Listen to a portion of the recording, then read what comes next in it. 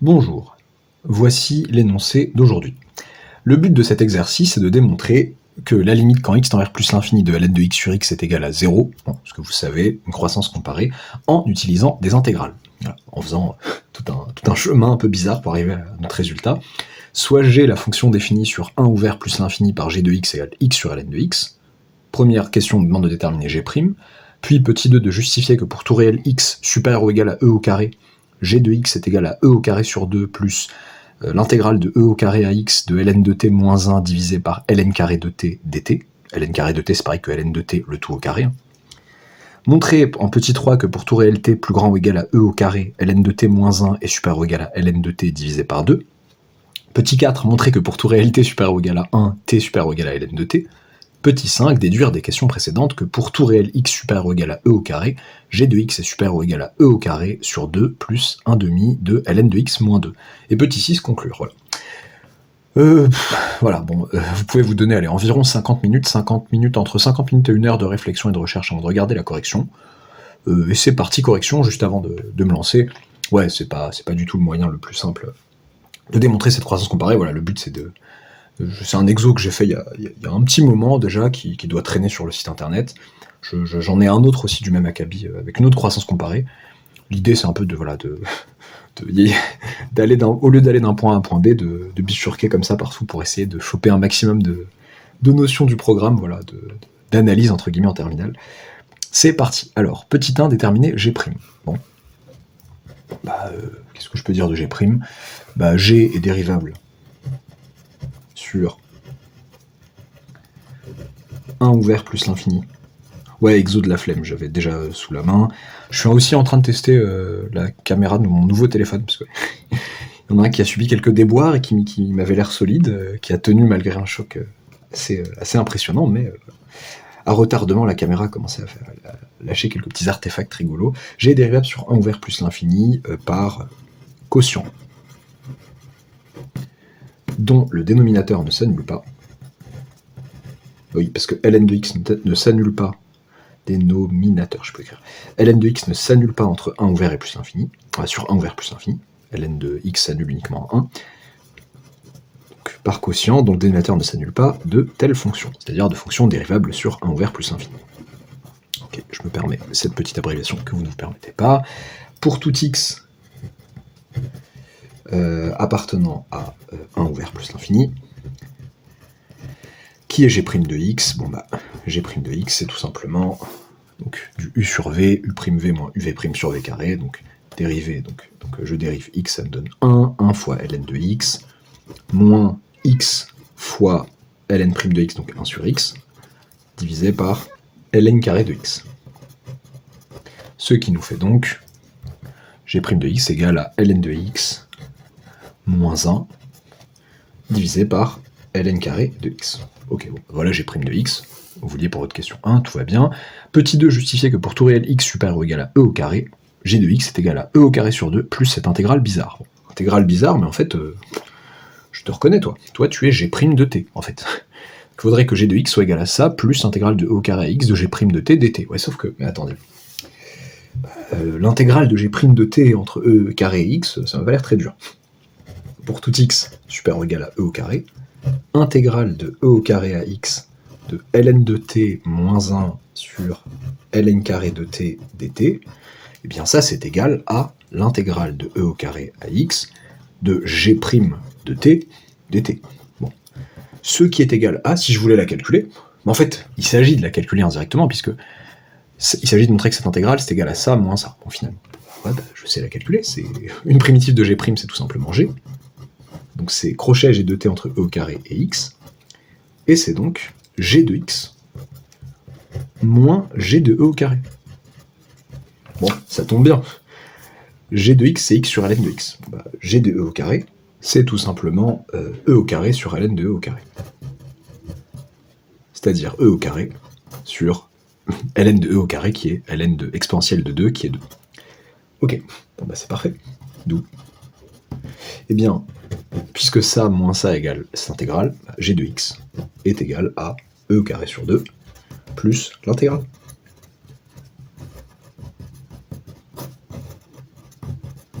dt. Petite ellipse temporelle, on en était là, on avait établi que pour tout x supérieur ou égal à e au carré, g de x égale e au carré sur 2, plus l'intégrale de e au carré à x de ln de t moins 1 sur ln carré de t dt. On nous demande maintenant en petit 3 de montrer que pour tout réel t supérieur ou égal à e au carré, eh bien ln de t moins 1 est supérieur ou égal à ln de t sur 2. Bon, on écarte rapidement le fait d'utiliser éventuellement la 2, non, on voit pas comment cette intégrale un peu moche peut m'aider pour une égalité relativement simple, qui a l'air relativement simple, avec uniquement du ln de t qui intervient. Bon. Au brouillon, je peux me dire, je pourrais même faire ça au propre, mais bon, je préfère faire éviter à la plupart des terminales de raisonner par équivalence, par peur qu'ils tombent dans certains pièges, dans certains cas comme celui-là. On pourrait écrire, en toute théorie, une bonne rédaction, ça serait de dire, pour tout t appartenant à R plus étoile, eh bien, ln de t moins 1 supérieur ou égal à ln de t sur 2, cette chose est équivalente à dire, je ne suis pas en train de dire que pour tout t appartenant à R plus étoile, ça est vrai, non, je suis en train de dire que ceci est valable si et seulement si 2 ln de t moins 2 supérieur ou égal à ln de t, voilà. Multiplié divisé par 2 qui est strictement positif, ce qui équivaut à dire, en rapatriant le ln en moins ln ici, soustraction, ln de t, et en passant le moins 2 de l'autre côté supérieur ou égal à 2, ce qui équivaut à dire par stricte croissance de exponentielle sur R, ce qui équivaut à dire du coup que t, exponentielle de ln de t, supérieur ou égal à exponentielle de 2. Ok, donc cette chose est équivalente à cette chose. L'équivalence étant établie, pour tout t supérieur ou égal à e au carré, nous avons donc, vous savez quoi, ça va être ma rédaction. Je préfère faire éviter parce que quand on rédige mal les équivalences, etc., on risque de mal nous comprendre sur notre copie. On a l'impression que, si on rédige mal, on pourrait avoir l'impression qu'on part de la fin. Non, on part pas de la fin. Je suis en train de raisonner par équivalence en disant que cette propriété est vraie si et seulement si celle-là est vraie. Or, ici, pour les t que nous considérons, elle est vraie. Donc, pour tout t supérieur ou égal à e au carré, nous avons bien ln de t moins 1 supérieur ou égal à ln de t divisé par 2. Si vous avez la moindre crainte d'être mal compris ou de pas bien rédigé, vous donner cette impression de partir de la fin, vous pouvez tout simplement dire, pour tout t supérieur ou égal à e, de remonter du coup, dans votre copie, pour tout t supérieur ou égal à e au carré, bien par stricte croissance de exponentielle sur R, ln de t supérieur ou égal à ln de 2, puis, 2 ln de t moins 2 supérieur ou égal à ln de t, on pourrait dire comment il a pensé de passer, comment il a pu penser au fait de passer de là à là, voilà, ça vous regarde, ça implique bien ça, et du coup, ça permet d'en déduire que ln de t moins 1 supérieur ou égal à ln de t divisé par 2, voilà. Ok, on nous demande ensuite de montrer que pour tout réel t supérieur ou égal à 1, t supérieur ou égal à ln de t. Bon. On pourrait faire ça par étude de fonction. Donc on pourrait poser phi la fonction qui a t associe t moins ln de t. Et on pourrait étudier ces variations sur 1 plus l'infini. On pourrait le faire rapidement. Bon, je rédige pas tout ici parce que j'ai une autre idée en tête. Phi prime de t, ça fait 1 moins 1 sur t. Ça fait donc t moins 1 sur t. Et c'est positif sur 1 plus l'infini. Phi est donc croissante sur 1 plus l'infini, il faudrait dire phi est dérivable, blablabla. Phi est croissante sur 1 plus l'infini, et moi ce que je veux c'est son signe, phi de 1, ça fait 1. 1 moins ln de 1 qui fait 0, donc 1 moins 0 ça fait 1. Ok, bon, phi étant croissante sur 1 plus l'infini et phi de 1 égale 1, ça implique que pour tout x supérieur ou égal à 1, pour tout t d'ailleurs, vous voulez, phi de t supérieur ou égal à 1 est donc supérieur à 0. Donc, pour tout t supérieur ou égal à 1, t moins ln de t est positif, donc t supérieur ou égal à ln de t. Voilà, bon, en vrai, je pourrais me satisfaire de ça. Une autre façon, c'est de jouer, bon, pour les terminales, quand c'est pas vraiment indiqué par l'énoncé, quand il n'y a pas des petits clins d'œil convexité, concavité avant, on risque de pas le voir facilement, mais on va jouer de la concavité de la fonction ln.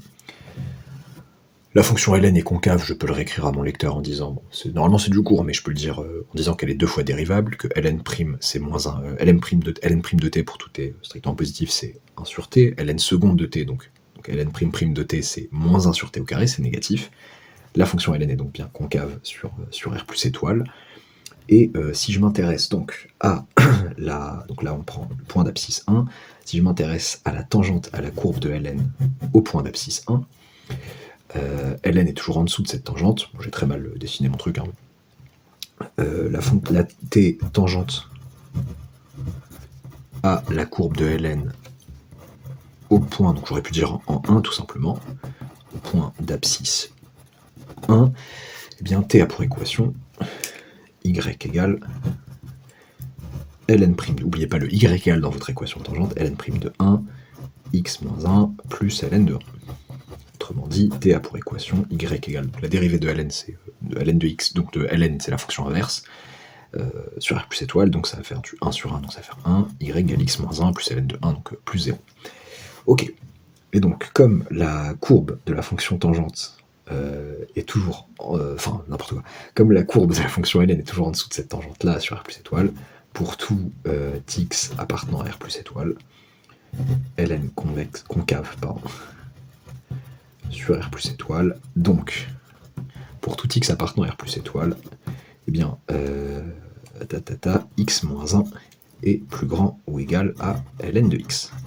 La courbe de ln est en dessous de la tangente, donc ce qui se traduit comme ça avec cette inégalité entre les fonctions, entre les expressions. Donc x moins 1 supérieur ou égal à ln de x, d'où eh bien x pour tout t, voilà.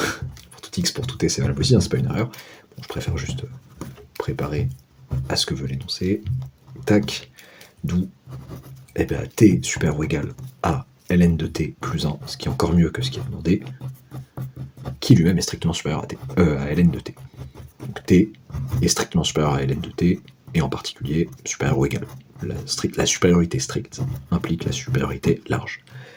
Ok, ceci étant valable pour tout t. Alors j'ai dit n'importe quoi. Non, j'ai pas dit n'importe quoi. C'est vrai pour tout t appartenant à R plus étoile. Et en particulier pour tout t supérieur ou égal à 1. Bon. Ce qui m'intéresse ici, ce qui a l'air d'intéresser l'énoncé, c'est que ce soit vrai pour tout t supérieur ou égal à 1. Ok. Très bien, donc vous avez deux méthodes pour y arriver. Bon, ça reste quand même difficile en terminale, sans aucune suggestion ou indication de l'énoncé, d'y penser, que ce soit pour l'étude de fonction, vous allez plus avoir l'habitude pour le supérieur, étudier la fonction de différence, étudier le signe de la fonction de différence, mais comment, en passant par l'étude de ces variations, une méthode, et une autre c'est ici de voir, voilà, quand on a des infos de convexité, concavité, de s'en servir. Ok, déduire des questions précédentes que pour tout réel x supérieur ou égal à e au carré, g de x est supérieur ou égal à e au carré sur 2 plus 1 demi de ln de x moins 2. Ça sort d'où? Bon, déjà, je rappelle que d'après 2, pour tout x supérieur ou égal à e au carré, g de x est égal à e au carré sur 2 plus, intégrale de e au carré jusqu'à x, pardon, j'ai pu parler de ln de t moins 1 sur ln carré de t dt. Donc, si je veux montrer que j'ai de x supérieur ou égal à un truc, apparemment il faudrait montrer que ce truc est supérieur ou égal à cette chose, 1 demi de ln de x moins 2. Ça sort d'où? J'ai du ln de t moins 1 là. Or, pour tout t supérieur ou égal à e au carré, donc en particulier entre e au carré et x, eh bien, ln de t moins 1, ln de t moins 1, c'est supérieur ou égal à ln de t sur 2, puis en divisant par ln carré de t qui est strictement positif sur cet intervalle, à partir de e au carré quoi, ln de t moins 1 sur ln carré de t, j'essaye d'aboutir à une inégalité sur l'intégrande et après, sur les intégrandes et après sur les intégrales. ln de t moins 1 sur ln carré de t supérieur ou égal à, en divisant par ln de t, on a dit à 1 demi. Bon, intéressant. Est-ce que je raconte des bêtises? Non. Non, oui, je raconte des bêtises. 1 sur 2 ln de t, pardon. Non. Non, oui, c'est bien ça. Pardon, j'ai eu un petit doute. 1 sur 2 ln t, divisé par ln carré de t, qui est strictement positif. Ok. Très bien. Bon, je fais quoi avec ça? C'est là que, donc là, je leur dis CF question, pour faire un peu le zélé, CF question 3. Et peut-être que la question 4, du coup, peut-être que me servir de la question 4, qui me dit que ln de t est inférieur ou égal à t, mais ln de t est inférieur ou égal à t, est strictement supérieur à 0, parce que t est supérieur ou égal à e carré. Donc strictement supérieur à 1, ln de 1 est nul et ln croissante. Donc ces deux messieurs sont strictement positifs, je vais pouvoir parler de la stricte décroissance ou de la décroissance simple, en fait, de la fonction inverse sur R plus étoile. Par décroissance de la fonction inverse. Là, décroissance E, c'est bien E à la fin. De la fonction inverse. Sur R plus étoile. Eh bien, ce fameux 1 sur 2 ln de t est supérieur ou égal à 1 sur 2t. Et d'après la question 4, voilà.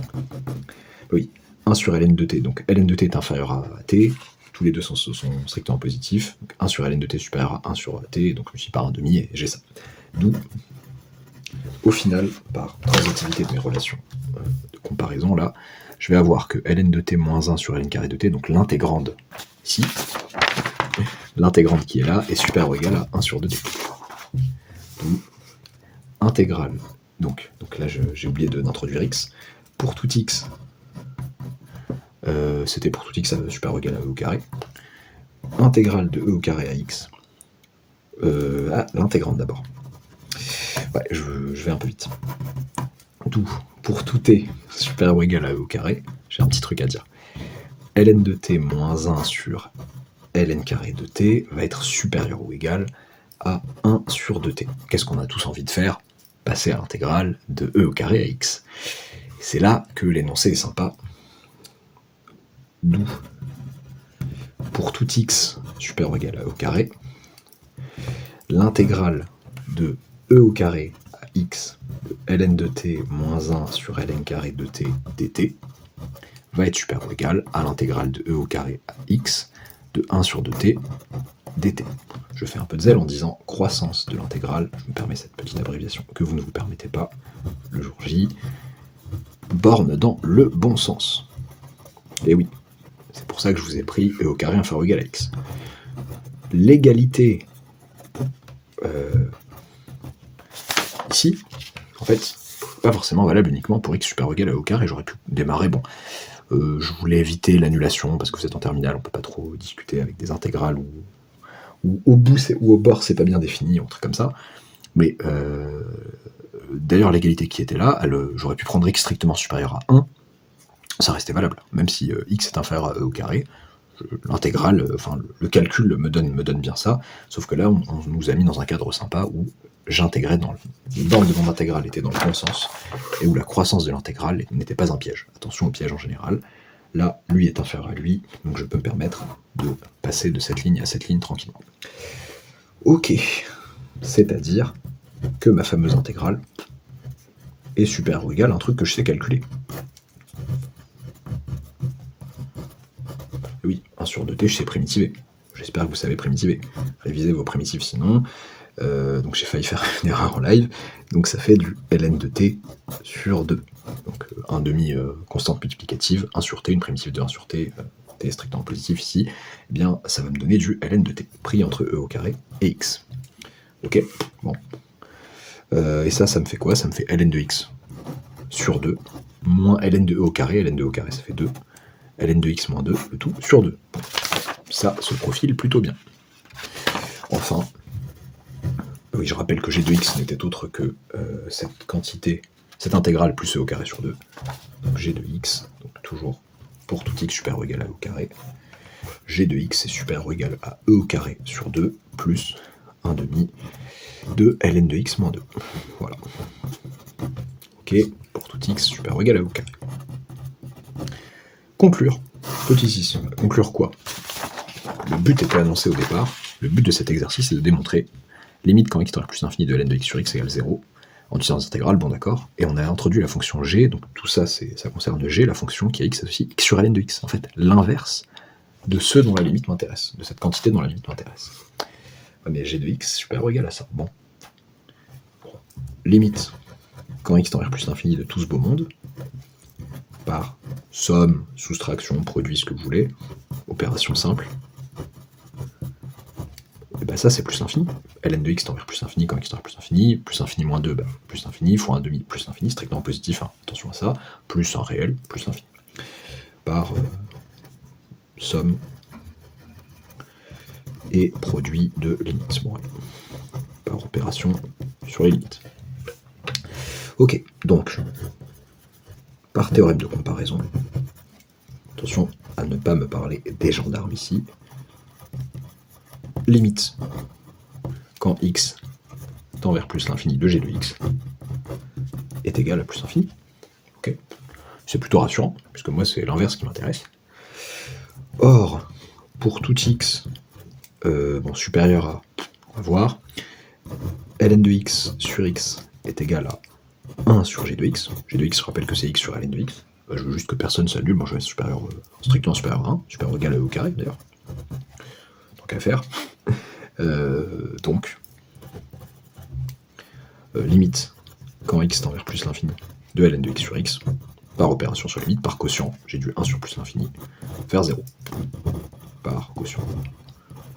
C'est pas du tout la méthode la plus efficace pour déterminer, pour prouver cette croissance comparée. Voilà, le but c'était de vous faire bifurquer un peu sur un petit tour, petite visite sympa de l'année terminale. Enfin, pas tout, j'abuse, mais il manque un peu de suite peut-être dans la soupe. Mais voilà, et je vous mettrai en lien en description un exo similaire avec un truc similaire sur des intégrales pour la croissance comparée exponentielle x sur x. Voilà. Histoire de. J'espère que ça vous aura plu. N'oubliez pas de vous abonner si ce n'est pas encore fait, d'activer la petite cloche des notifications, et à bientôt pour une nouvelle vidéo.